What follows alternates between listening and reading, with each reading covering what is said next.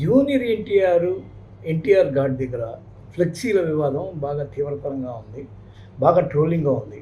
అసలేంటి ఈ వివాదం అని చూస్తే ఎన్టీఆర్ వర్ధంతి సందర్భంగా ఎన్టీఆర్ ఘాట్ అక్కడ ఉంటది. ఎక్కడ హైదరాబాద్‌లో హుస్సేన్ సాగర్ ఎదురుగా ఉంటది. అందరికీ తెలిసిందే. ఇప్పటికే అక్కడ అంబేద్కర్ స్టాచ్యూ పెట్టడం వల్ల ఎన్టీఆర్ ఘాటే అప్పటి వరకు ఆ ప్రాంతానికి, ఆ రోడ్డుకి, ఆ లైన్‌కి చాలా హైలైట్‌గా ఉండేది. సెంటర్ ఆఫ్ అట్రాక్షన్‌గా. ఎప్పుడైతే అంబేద్కర్ స్మృతివనం వచ్చేసిందో, వెంటనే అక్కడ ఎన్టీఆర్ ఆయన ఘాటు తెరమరుగైపోయింది. ఈ క్రమంలో వార్తల్లో పెద్ద గొప్పగా లేని ఈ ఇది స్థలి ఎన్టీఆర్ స్మృతివనం సడన్‌గా ఒక్కసారిగా వార్తలకెక్కిందంటే దానికి కారణం జూనియర్ ఎన్టీఆర్. ఆయన పేరు మీద ఆయన ఫ్యాన్స్ పెట్టిన ఒకానొక ఇది ఏది ఫ్లెక్సీలు. ఆ ఫ్లెక్సీల్లో ఇప్పుడు జూనియర్ ఎన్టీఆర్ ఫ్లెక్సీలు అక్కడి నుంచి బాలకృష్ణ ఆదేశాల మేరకు ఆయన ఫ్యాన్స్ తీసేశారు అనేది ఒక సబ్జెక్టు. ఇక్కడ ఒక 2, 3 విషయాలున్నాయి.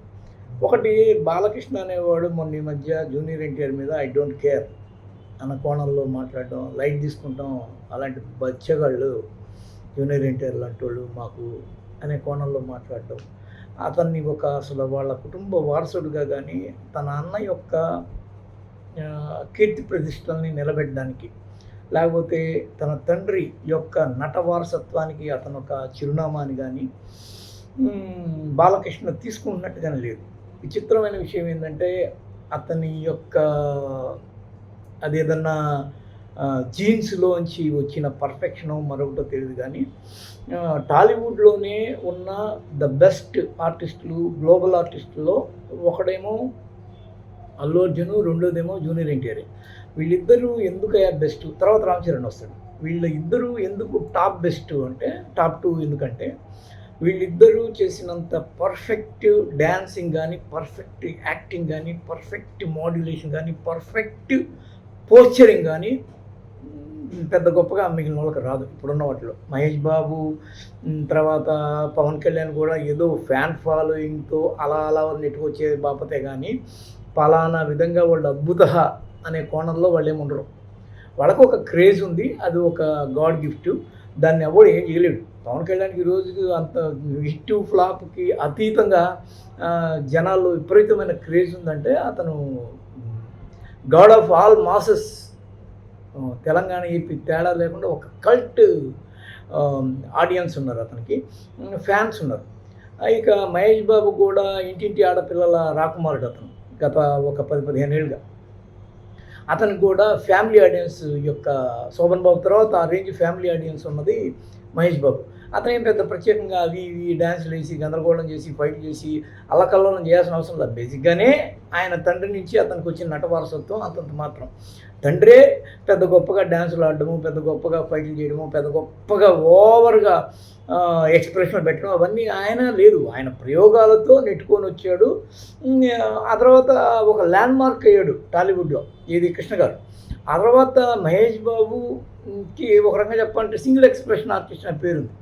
పుష్ప లాంటి సినిమాలు మహేష్ బాబు అనేవాడు పెద్ద గొప్పగా చేయలేడన్న ఒక మాట కూడా ఉంది. ఇవంతా ఎందుకు ఇవన్నీ తీసి పక్కన పెట్టి ఇప్పుడు జూనియర్ ఎన్టీఆర్ ఏంటి అంటే, జూనియర్ ఎన్టీఆర్ అనేవాడు ఎవరవునన్నా కాదన్నా ద సూపర్ బెస్ట్ ఆర్టిస్ట్.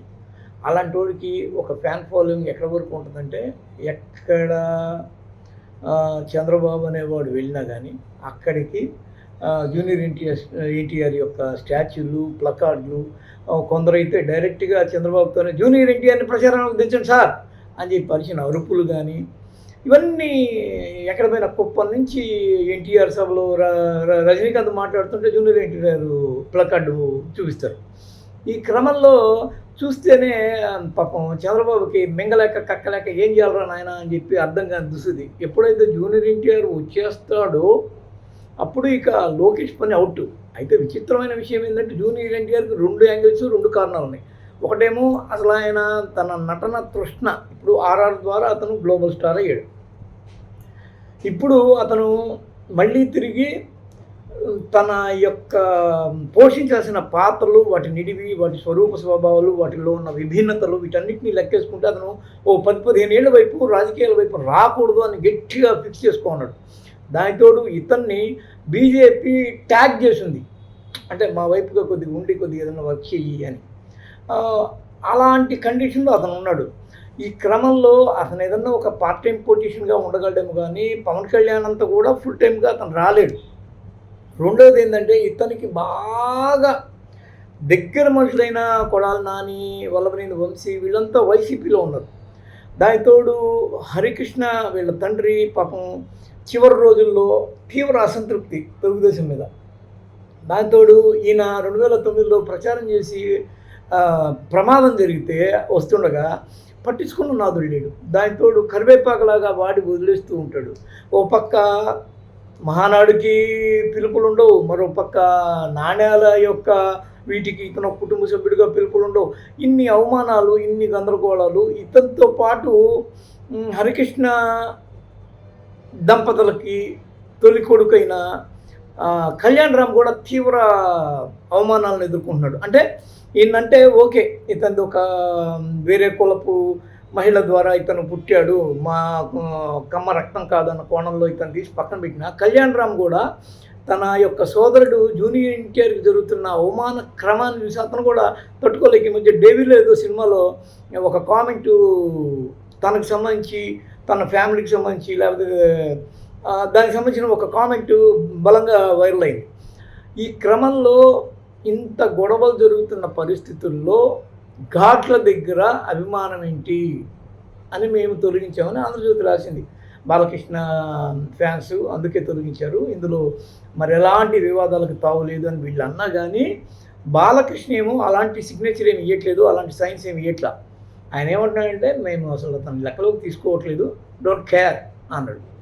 ఆ డోంట్ కేర్ అన్న తర్వాత ఎవరి ఇది వాళ్ళు ఉంటుందిలే అని కూడా అతను వదిలేలా. ఈరోజు జనసేన కండువ అనే అవసరానికి వేసుకున్న ఇదే బాలకృష్ణ, వాళ్ళ శంకర జాతి నా కొడుకులను తిట్టిన బాలకృష్ణ ఈరోజు తన అన్న కొడుకుని దగ్గరికి తీసుకోలేకపోతున్నాడు, తన అన్న కొడుకుని చూసి ఓరవలేకపోతున్నాడు.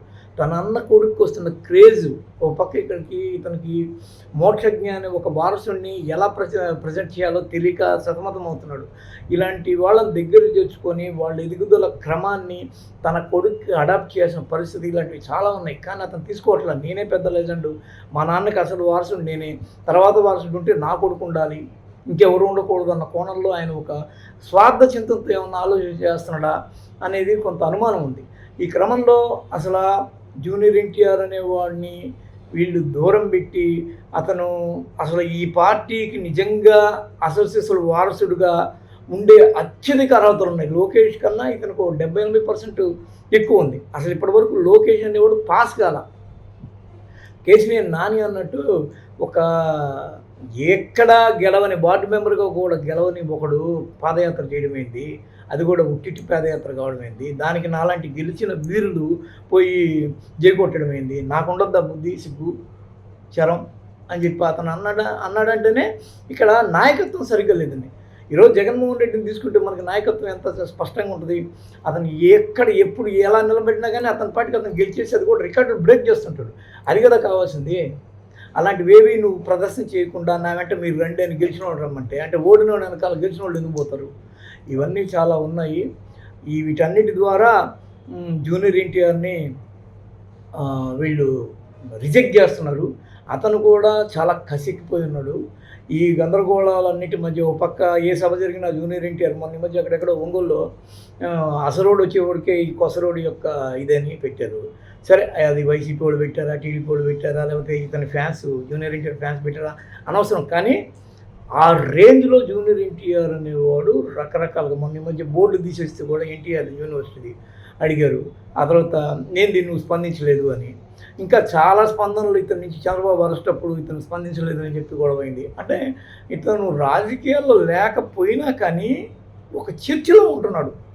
ఇది అత్యంత ప్రధానమైన విషయం.